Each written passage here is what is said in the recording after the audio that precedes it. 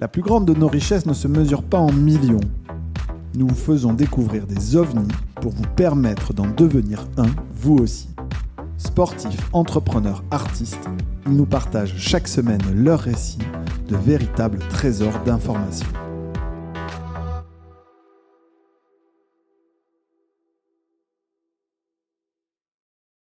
Rebonjour Zero to One. On est très heureux de recevoir aujourd'hui Marie Eklund, l'une des voix les plus influentes du capital risque en France. Marie est une entrepreneure et une investisseuse spécialisée dans le financement des startups. Ça tombe bien, c'est un peu le sujet de Zero to One. Elle a commencé sa carrière à New York chez JP Morgan avant de devenir une figure majeure de la French Tech.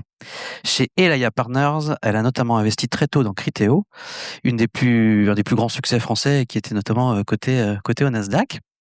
En 2012, elle cofonde France Digital, qui est partenaire aussi de cet événement, qui est une association qui rassemble les entrepreneurs et les investisseurs pour développer l'écosystème numérique en France. En 2015, tu cofondes Daphni, un fonds de capital risque innovant basé sur la communauté internationale d'experts. Aujourd'hui, donc Marie est fondatrice et présidente de 2050, un fonds d'investissement singulier, evergreen, on y reviendra, qui a pour mission de soutenir des innovations qui construisent un avenir durable en alliant performance économique, impact social et respect des limites planétaires. Elle a également été la première femme à présider le Conseil numérique en France. Voilà, pour la bio. Donc, super parcours, je suis un peu impressionné. Tu peux. Ouais. On a intitulé cet échange « Comment une vision long terme se construit dans un écosystème court-termiste ». Donc, je vous dis tout de suite, c'est le sujet du bac de philo en juin. Donc, voilà. Et on a qu'une demi-heure pour traiter ça. Quand tu regardes un peu le contexte actuel, géopolitique, écologique, technologique, qu'est-ce que ça change concrètement pour quelqu'un qui entreprend aujourd'hui en 2026 ? Qu'est-ce que ça change ? En fait, la question, c'est par rapport à quand ? Parce que, en fait, ça a beaucoup évolué. Moi, j'ai commencé ma carrière dans le capital risque en l'an 2000. Donc, si je fais par rapport à ce moment-là, évidemment, il y a beaucoup de choses qui ont été construites sur la qualité de l'écosystème entrepreneurial français, du financement, etc. Mais si je dirais que je me raccourcis sur les grands changements que moi j'ai vus, mettons, dans les 5 dernières années, je pense qu'aujourd'hui, quand j'avais monté France Digital, j'avais tendance à dire tout le temps, en fait, l'économie est soumise à une grande transformation qui est la transformation digitale et les entreprises qui apporteront les solutions à cette transformation-là seront les championnes de demain. Donc nous, ce qu'on fait, c'est qu'on finance les champions de demain. Aujourd'hui, je pense que cette phrase est partiellement vraie, puisqu'en réalité, si les entreprises aujourd'hui ne prennent pas en compte l'impact des limites planétaires sur la manière dont se développent, l'impact de la géopolitique sur la manière dont elles se développent, elles ne pourront pas être robustes, en fait. Et qu'est-ce que ça veut dire exactement ? C'est que je pense qu'on n'a pas saisi la mesure de ces changements. Je pense que la transformation qu'on vit est une transformation durable en plus d'être digitale. Et que typiquement, quand on prend ces 3 tensions un peu indépendamment les unes de l'autre, sur la question du franchissement des limites planétaires. En fait, le réel impact que ça a, c'est sur la rareté des ressources, par exemple. Donc, le type de ressources à partir desquelles on va construire des choses. Une des principales choses qui va impacter l'économie, c'est le fait qu'il y a 40% des besoins d'eau qui ne vont pas être satisfaits en 2030. Donc, c'est dans 4 ans. D'accord ? Donc, il y a un vrai sujet de prise en compte de comment est-ce que ça va jouer sur ma chaîne de production. Il y a beaucoup d'événements climatiques extrêmes et donc j'aime beaucoup citer pour qu'on réalise en fait que ça, c'est pas un problème de 2050, c'est déjà un problème qu'on doit avoir en tête quand on construit une entreprise aujourd'hui. L'exemple de la sécheresse à Taïwan en 2021, 2022, 2023. L'industrie automobile européenne est très dépendante de la fabrication des chipsets à Taïwan. Il n'y a que là-bas qu'on sait produire des chipsets qu'on utilise dans les voitures qu'on produit en Europe. Et il y a une sécheresse incroyable en 2021, 2022, 2023 qui a contracté parce qu'on ne pouvait pas avoir les chipsets à mettre dans les voitures. Donc, par nature, ça contracte la production de l'industrie automobile européenne. Ce qu'on ne sait pas ou qu'on sait peu, c'est que, en fait, cette contraction a eu lieu alors que le gouvernement taïwanais avait payé les producteurs de riz localement pour qu'ils n'utilisent pas l'eau, pour qu'ils le laissent à l'industrie des semi-conducteurs. Donc, on est déjà dans un arbitrage de ressources naturelles pour permettre à certaines industries de continuer à produire de la manière dont elles le faisaient historiquement. Donc, c'est super important de comprendre que dans toutes les industries aujourd'hui, il y a la question de quel type de ressources, est-ce qu'on aura la même quantité et au même prix? Parce qu'il y a une variabilité des prix aussi. Quand les ressources deviennent rares, ça augmente les prix. Donc, quelle marge je peux escompter avoir dans le futur? Et est-ce qu'il y a une fiabilité de ma chaîne de production? Et ça, je pense que c'est un risque qui est complètement sous-évalué dans beaucoup d'entreprises et qu'il faut avoir en tête. Typiquement, quand on part sur l'IA à tout va, en fait, on consomme de l'eau pour produire les chipsets, on consomme de l'eau pour les data centers. Donc, il faut l'avoir en tête. Il y a une deuxième tension qui est la tension géopolitique. L'impact direct que ça a sur la manière dont on construit et dont on développe des entreprises, c'est qu'on doit sortir de cette logique de globalisation, de performance, à aller chercher le fournisseur qui va... Parce qu'on crée des dépendances critiques, comme l'industrie automobile européenne avec Taïwan, en fait. Et le jour où ça casse, en fait, on met en péril tout son business. Donc, l'idée de penser plutôt un business robuste, donc en diversité des fournisseurs, en diversité des marchés adressés, parce que si on dépend complètement du marché états-unien et que d'un coup, il y a un tarif à 25%, qu'est-ce qu'on fait, quoi? Donc, on a un vrai sujet de penser son business de manière robuste et pas en optimisant la performance en mode globalisé. Et puis après, il y a la partie accélération tech. Donc, je vais parler moins parce que je pense que vous l'avez plus en tête. Mais le paradoxe, c'est qu'on demande finalement à ces entrepreneurs d'avoir une vision à 10 ou 20 ans, tout en évoluant dans un système qui est très court-termiste, notamment sur la partie financement, où les fonds, ils ont 10 ans, et puis il faut qu'il y ait un exit pour récupérer, voilà. Comment on fait pour pas se perdre entre ces deux horizons? Il y a une question qui est l'entreprise elle-même, c'est-à-dire que toutes les entreprises, en fait, ont des contraintes court terme qu'elles doivent gérer et pas perdre, je dirais, la mission long terme pour pas dévier. Donc typiquement, est-ce que Instagram, par exemple, à un moment donné, qui avait une vision de la vision historique initiale des fondateurs, elle a très certainement rien à voir avec ce qui est devenu l'entreprise aujourd'hui. Et je pense qu'il y a un moment où ça a dévié et ça a été attaqué, la santé mentale des jeunes. Est-ce que ça, c'était voulu ou pas, en fait?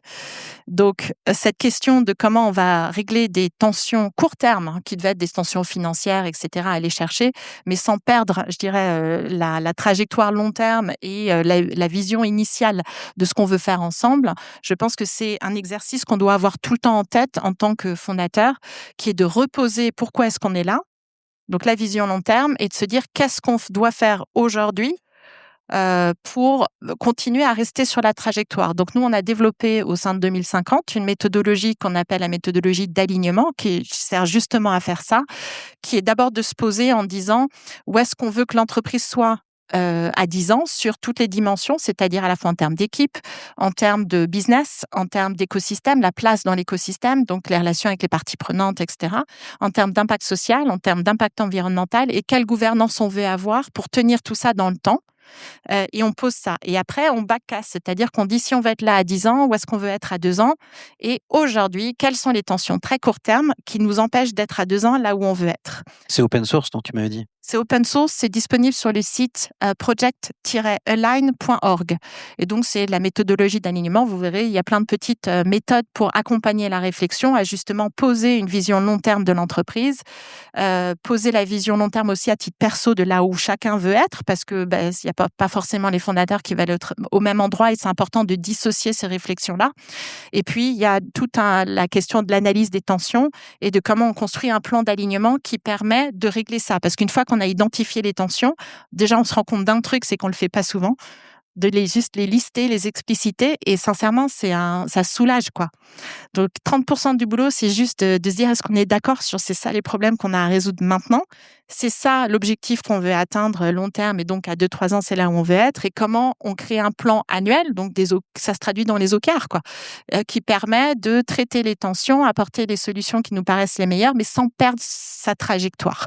Après, la question que tu poses aussi, c'est la finance et comment ça vient perturber ce joli schéma dont je viens de parler. Tu l'as dit en intro, nous, on a fait un fonds Evergreen parce que je pense que c'est un désalignement majeur, le fait de pousser la liquidité auprès des fondateurs sur des modèles où on n'a pas le choix, en fait, parce que c'est ce qu'on a vendu à nos propres investisseurs. Et donc, je pense que pour accompagner cette transformation durable, on doit penser des nouveaux produits financiers. Et c'est pour ça que c'est ce que nous, on a fait, en fait. En préparant vendredi dernier, tu m'as dit qu'il faut repenser une partie de ce qu'on a appris sur notamment l'hypercroissance, sur le growth à tout prix, sur le fameux Zero to One aussi de Peter Thiel, parce que le bouquin il est sorti il y a 12 ans. Et voilà, toutes ces choses-là qu'on a vachement fantasmées finalement.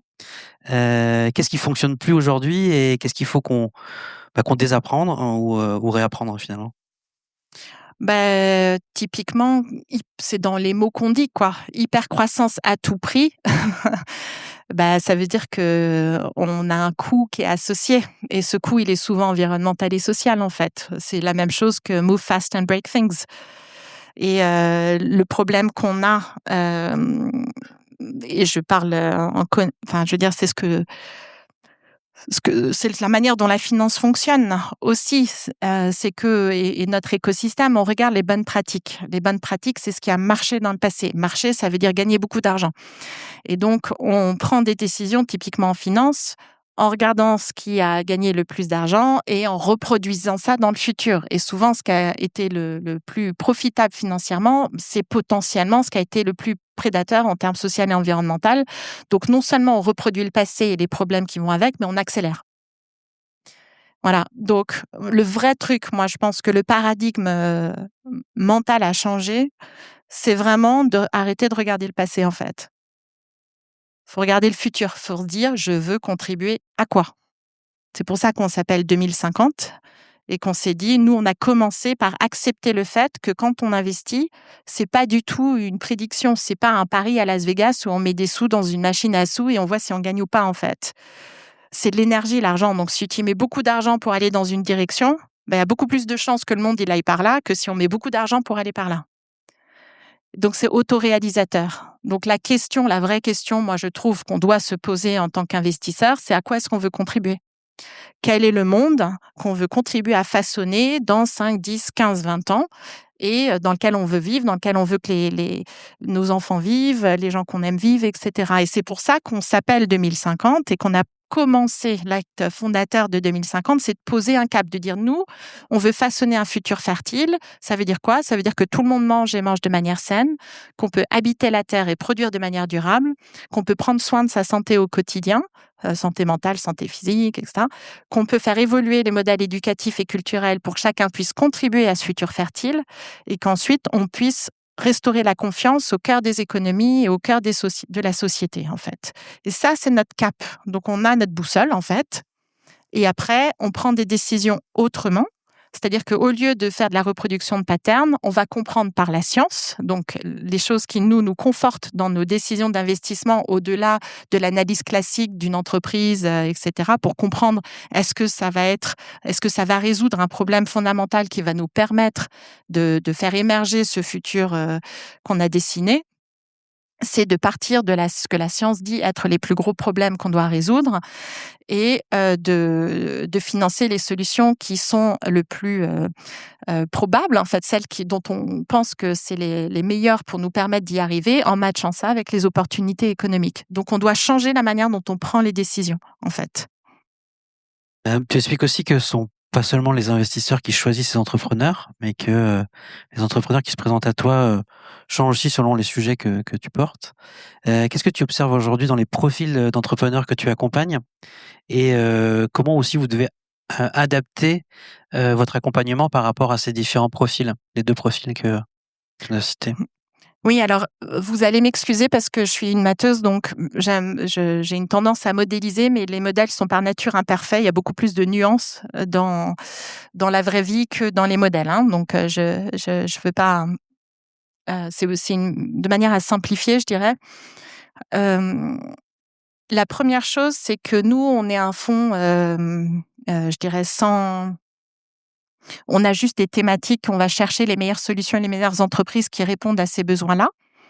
Donc, on a une approche qui est proactive dans la génération du deal flow. On va chercher des entreprises qui résolvent des problématiques qu'on a identifiées, nous. Et en fait, en faisant ça et en construisant un portefeuille, on se rend compte aujourd'hui qu'on a 42% de nos CEOs qui sont des femmes. Voilà. Donc, Mais comment vous le faites? voilà. En fait, je pense que sur nos sujets, en tout cas, il y a beaucoup plus de femmes entrepreneurs que ce que j'ai pu vivre moi dans le passé. Après, je ne sais pas si on est statistique ou pas, mais en tout cas, nous, c'est ce qu'on a vu sur notre portefeuille.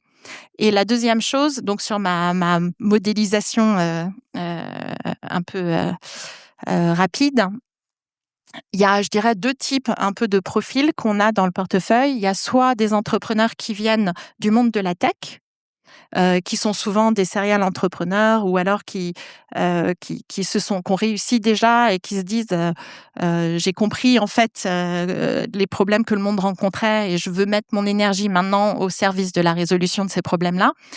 Et eux, en fait, le meilleur accompagnement qu'on puisse leur faire, c'est de les accompagner dans l'alignement, justement. C'est-à-dire, souvent, ils savent hyperscale, mais ils savent hyperscale à tout prix.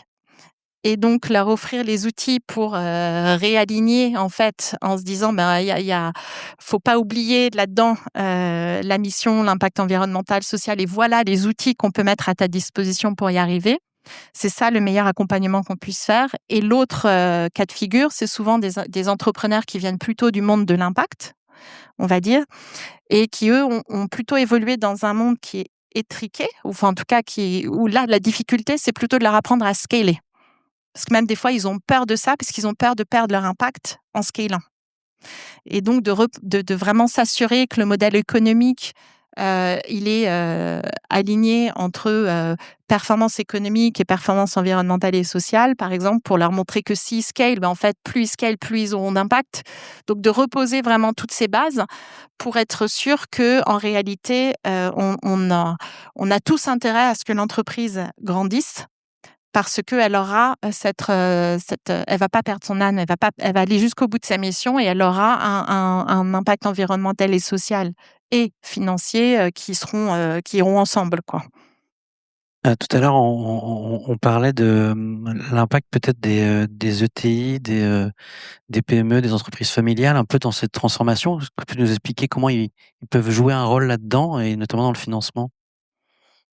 Oui, en fait, une des choses que j'ai pas encore dites, c'est que dans l'idée de transformation digitale versus durable, il y a des caractéristiques qui sont très différentes.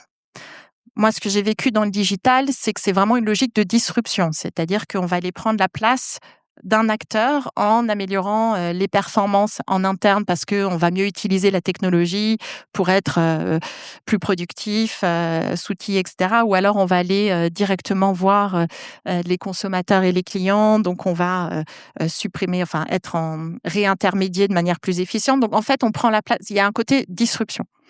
Dans le durable, on ne peut pas faire ça. Pourquoi ? Parce qu'on dépend de est-ce que nos fournisseurs, ils vont eux aussi changer ? Est-ce que je peux avoir accès à de l'énergie verte ? Est-ce que je peux avoir accès à des matériaux qui sont résilients dans le temps ? Est-ce que mes clients, ils vont bien recycler nos matériaux ? Donc, c'est une logique de chaîne de valeur. Donc, on doit penser la bascule de la chaîne ensemble.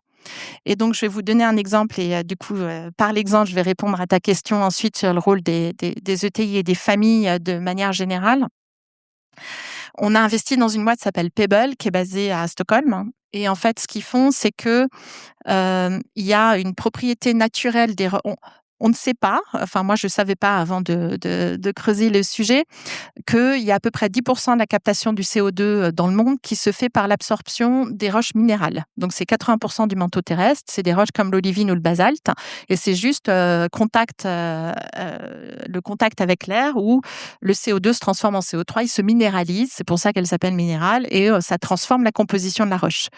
Et en fait, en faisant ça dans un procédé industriel, ce qu'ils arrivent à faire, donc on prend ces roches, on les broie, on prend des déchets de CO2 industriels et on a notre petit procédé industriel de transformation. Et en bout de chaîne, on a un matériau qui vient remplacer la pierre ponce dans la fabrication du ciment. Donc en bout de chaîne, on a du ciment qui stocke du CO2 au lieu d'en émettre dans le procédé de fabrication. D'accord ? Sauf que eux, ils fournissent le matériau qui compose à peu près 40% du ciment. Et c'est une chaîne de valeur où il y a quand même des gros acteurs, où il y a plein de différents types. Donc, ce qu'on a fait au moment où on a cherché le financement du Series A, parce que quand on a fait cette petite méthode d'alignement en se disant si on veut aller jusqu'au bout de l'ambition, il va falloir créer des usines Pour financer la première usine, va aller faire des banquiers. Ils vont nous dire quoi? Ils sont où les données de l'usine d'avant? On va dire, il n'y a pas d'usine d'avant. Donc, ils vont dire, OK, mais donc, est-ce que vous avez des clients qui se sont committés, qui a préacheté déjà la production de la première usine de manière à ce qu'on puisse prendre, nous, le risque financier parce que c'est dérisqué commercialement? Et on s'est dit, du coup, ce qu'il faut qu'on fasse, c'est que dès maintenant, dès le Series A, on va dédier 50% du tour de table à aller chercher les acteurs de la chaîne de valeur pour investir avec nous et après pouvoir créer ces partenariats commerciaux qui vont permettre de dérisquer et faire venir les banquiers pour le financement de la première usine. Donc, on a fait investir Holcim, qui est le premier cimentier européen. On a fait investir la famille Goldbeck, qui est une ETI familiale qui fait du moulage du ciment en Allemagne. Et on a fait investir Amazon Climate Pledge, qui s'est committé à utiliser le matériau Pebble pour construire des data centers en Europe. D'accord? Donc, et grâce à ça, on est maintenant Series B et on a déployé le matériau Pebble dans 2 data centers d'Amazon, fait plein de projets pilotes avec Holcim, obtenu de la certification de nouveaux types de matériaux cementitious grâce à Holcim qui pilote le groupe sur la certification à la Commission européenne. Donc, on a fait toutes ces alliances stratégiques-là. Et Goldbeck, au milieu, c'est eux qui font tout le moulage, etc. Et ce sont des investisseurs de long terme. Et en fait, souvent, ce qui est intéressant avec les ETI familiales et les familles de manière générale, c'est qu'il y a encore un circuit de décision et une vision de long terme qui permet de prendre ce type de décision par rapport à des boîtes cotées qui sont très poussées par leurs actionnaires pour réfléchir court terme. Et donc, ce dont on se rend compte, c'est que dans cette logique d'aligner les filières et d'aller créer ces partenariats stratégiques, c'est beaucoup plus facile, ou en tout cas, il y a une discussion stratégique qui est souvent plus fluide parce qu'ils ont déjà une vision long terme, ils ont une vision de transmission générationnelle et ils ont la capacité encore à prendre des risques et des décisions stratégiques en plus centralisées, on va dire.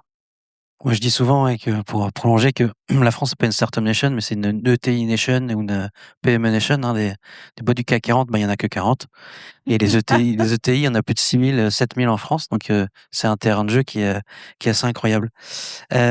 Pour continuer à illustrer un peu ce que fait 2050, est-ce que tu peux nous donner d'autres projets dans lesquels vous avez investi? Tu nous as parlé notamment d'un projet, d'un profil assez dingue dans les îles Féroé. Est-ce que tu peux détailler un peu ça? Ouais, et là aussi, c'est aussi une histoire de chaîne de valeur. Donc, nous, on part, je vous l'ai dit, on part du principe qu'il faut comprendre ce que la science dit être les sujets prioritaires. Et donc, on a commencé notre stratégie d'investissement sur tous les sujets environnementaux en co-écrivant un cours avec l'Université Paris-Dauphine sur ça, donc en creusant le cycle du carbone, en creusant la perte de biodiversité, ce que ça veut dire, en creusant ensuite les scénarios du GIEC. En fait, comment on se projette là-dedans, c'est concrètement l'histoire de l'énergie et les sciences sociales derrière tout ça. Et on en a tiré notre stratégie d'investissement. En faisant ça, globalement, on se rend compte qu'il faut faire 4 choses. La première chose, c'est que les gens comprennent ce qui se passe. D'où nous toute l'initiative qu'on a sur la diffusion de ces communs. Donc, ce cours qu'on a fait avec l'Université Paris-Dauphine, il est en licence libre, il est accessible à tout le monde. On veut diffuser, en fait, que les gens comprennent. La deuxième couche, c'est les données. En fait, les entreprises ne peuvent faire bouger leur empreinte environnementale ou sociale et s'adapter en fait à la compréhension de leur chaîne de valeur, comprendre leurs risques, etc. que si elles ont des données en fait, si derrière elles ont des logiciels de Planet Intelligence ou qui leur permettent de comprendre et de proposer des plans de réduction et ensuite de mesurer l'impact de ça. Donc on a aussi investi dans des boîtes comme Sweep qui permettent de faire ça ou Climate View sur les villes. Et la troisième couche, en fait, c'est que quels que soient les différents types de scénarios, parce que une chose là aussi que j'ai découverte en faisant ce cours-là, c'est que en réalité, il y a 2 leviers d'action sur le réchauffement climatique et les changements climatiques. Il y a un premier qu'on connaît tous, qui est la réduction des émissions. Il y a un deuxième qui est beaucoup moins connu, qui est qu'on doit restaurer les capacités de la nature à absorber le CO2. D'accord ? Il y a 4 puits de carbone naturels.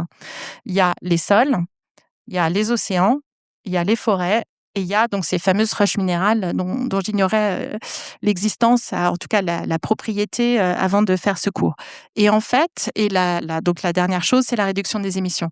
Mais l'augmentation de la capacité de la nature à absorber le CO2 est beaucoup plus efficiente que la réduction des émissions. C'est-à-dire que dans tous les scénarios scientifiques, si on réduit drastiquement les émissions, mais qu'en revanche on a cassé la nature, on est beaucoup plus mal que si on a moins réduit, mais qu'on a laissé et augmenté les capacités de la nature à absorber notre activité humaine. Parce que c'est ça qui crée l'équilibre planétaire, en réalité. Et c'est très simple à comprendre. Si on prend juste l'exemple des sols, on se rend compte que l'agriculture régénératrice, bien non seulement ça va augmenter les capacités du sol à stocker du nouveau CO2 dans les années qui viennent, mais en plus, ça ne relâche pas le CO2 que le sol détient depuis des millénaires, alors que si on artificialisait, on relâcherait ce qu'on a déjà émis et qui aujourd'hui n'est pas dans l'atmosphère. Et en plus, on vient en substitution de choses qui sont très émettrices, comme des produits, des engrais chimiques qui sont très émetteurs de CO2 dans leur processus de fabrication.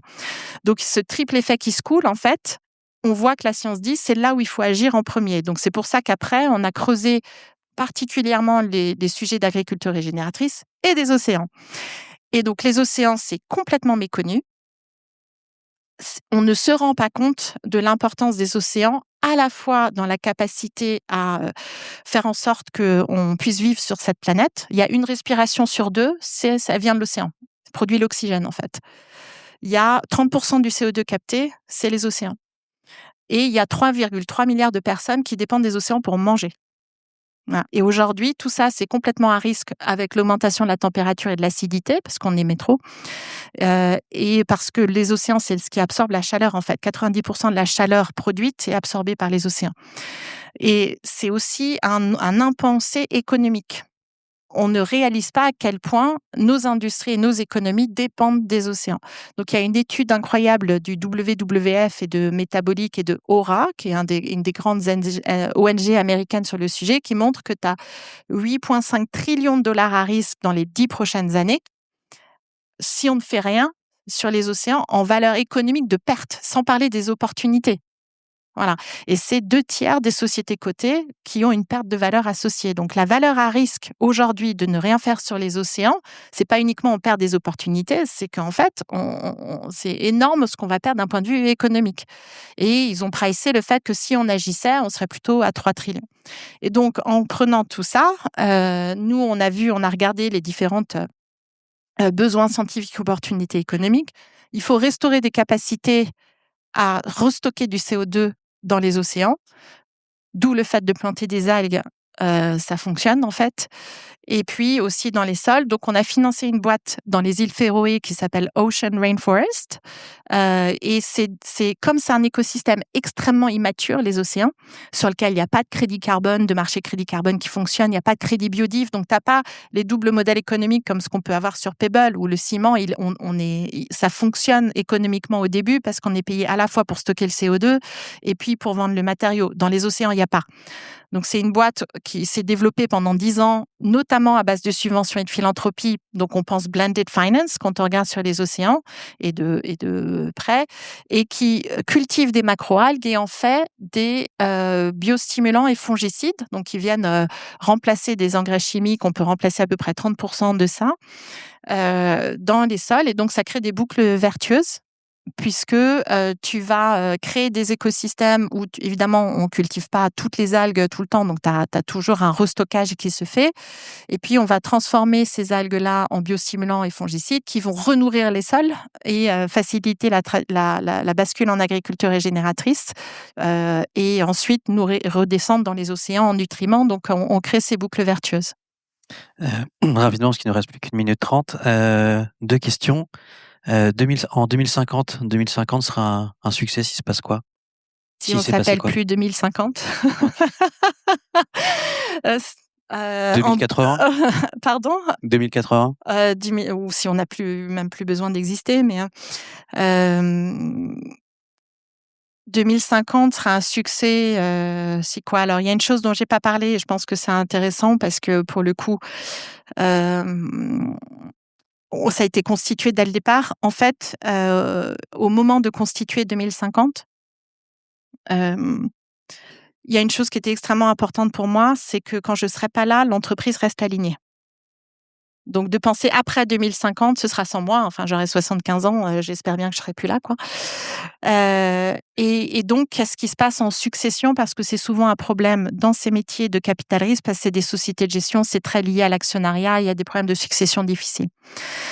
Et du coup, et puis, ça peut bouger en mission. Et moi, je voulais que la mission, elle reste sécurisée, on va dire.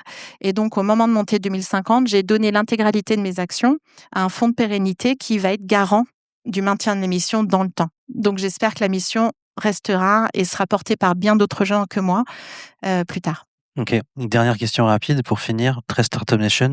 Si tu avais un seul conseil pour un wannabe entrepreneur qui veut monter une boîte future-proof en 2026, ça serait quoi? D'intégrer ces 3 tensions. Les 3 tensions sur les limites planétaires, sur la géopolitique et sur l'accélération tech, mais surtout de se poser la question: qu'est-ce que je veux construire vraiment et comment je me donne les moyens d'y aller, et d'intégrer cette boucle de décision qui part de là où on veut aller et qui regarde pas trop le passé et qui après invente des nouvelles manières d'y arriver. Merci beaucoup Marie pour cette masterclass. Merci. Allez, on peut l'applaudir.